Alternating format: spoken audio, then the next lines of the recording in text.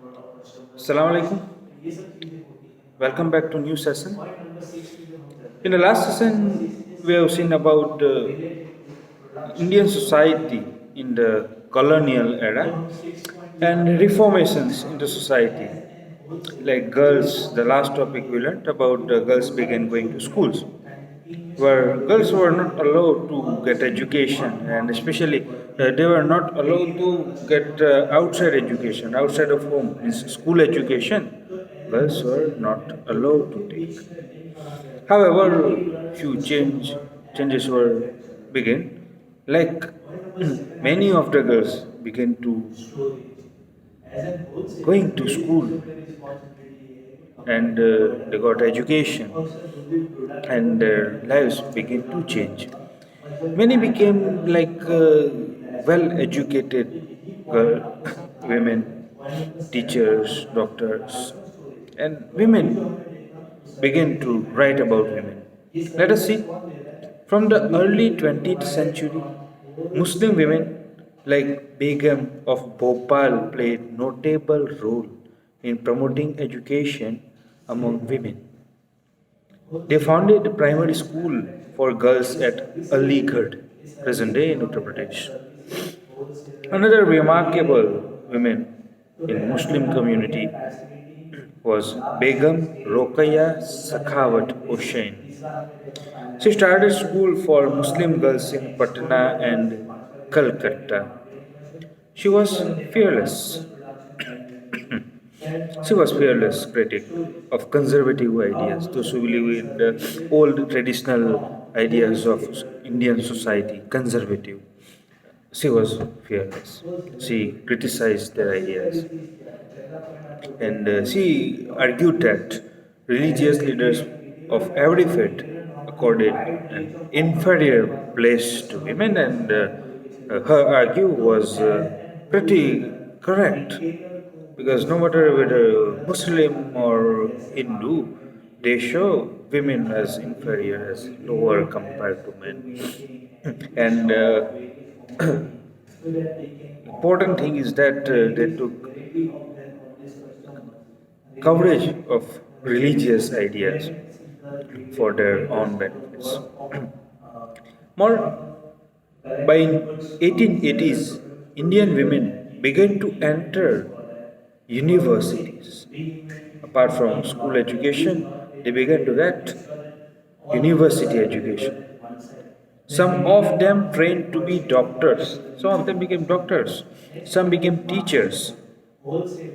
Many women began to write and publish their critical views on the place of women in society. As place of women in society was low at that time, so many of them began to write about them. For instance, like Tarabai Sinde, like I said last time about her, she wrote a book named Stri Purusha Tulna, means a comparison between women and men. She criticized in the book about social differences between men and women, position of women in society and position of man in society. And she criticized about it. More about it, Pandita Ramabai, a great scholar of Sanskrit, felt that Hinduism was oppressive towards women. Told you just minutes ago that those religious leader and conservative people took help of religious beliefs. They like covered themselves by religious ideas. They mix up their own ideas in the name of religion. So Pandita Ramabai, who was a Sanskrit scholar, felt that Hinduism was oppressive towards women and wrote about the miserable lives of upper caste Hindu women. A miserable life, even in upper class Hindu society, those rich Hindu society, those well known and reputed Hindu societies. But even in those society, those upper caste society, women's situation, their position was inferior. So she founded Widows' Home at Pune to provide shelter to women who had been treated badly by their husbands and their families. Pune presently, at the time Pune. So she founded widows' home, shelter for women, those who became victim of their husbands as well as their relatives' bad behavior. Here, women were trained so they could support themselves economically. They became self dependent.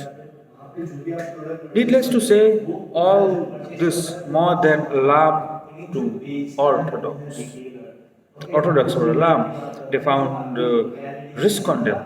Orthodox, those people, those who believe in their tradition, routine.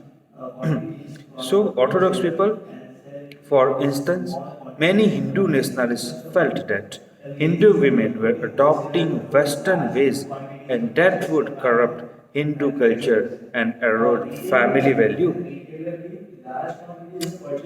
Here, about family value, according to them family value, actually inferior position of women is not a kind of a family value. I do not consider it as a family value, but according to them they believe that they consider that system, their tradition, their belief as Hindu culture as well as their family values, and they afraid to lose it.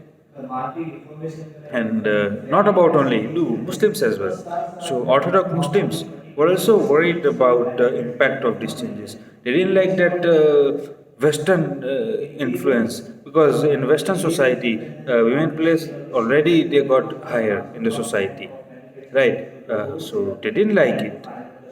They wanted to keep women like in jail at their home. So they were alarmed by it. As we know, by the end of 19th century, women themselves were actively working to reform. Many women became reformers, social reformers. They came forward for their own. So they began to reform. They began to try to reform the society in many different ways, like by writing books. They wrote books.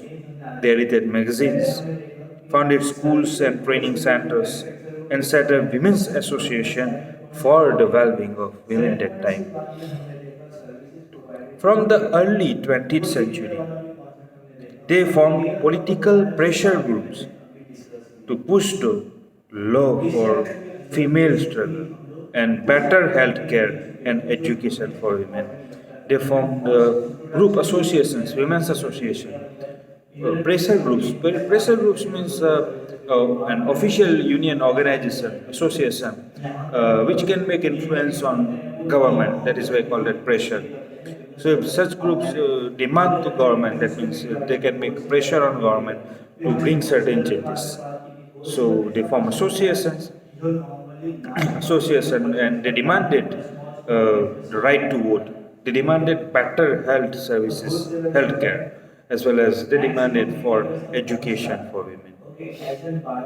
Some of them joined various kind of nationalist and socialist movement in 1920s. Nationalist socialist movement, those were political movements. So many women were joined them. More in the 20th century, leaders such as Jawaharlal Nehru and Subhash Chandra Bose lent their support to demand for greater equality and freedom for women. Many those modern nationalists of that era, they believed about the greater equality and freedom for women. Jawaharlal Nehru, Subhash Chandra Bose were few of them, those who insisted for higher position of women in Indian society. Nationalist leaders promised that there would be full suffrage for all women and men after independence. Suffrage here, right to vote for everyone. They promised, nationalist leaders, they promised for women right to vote after independence. And yes, they fulfilled their promise. However, till then, they asked women to concentrate women on anti-British struggle. So this is about reformation towards women's position in the society. More about caste system and social reform. Soon we shall discuss in the coming video. Thank you so much for watching video.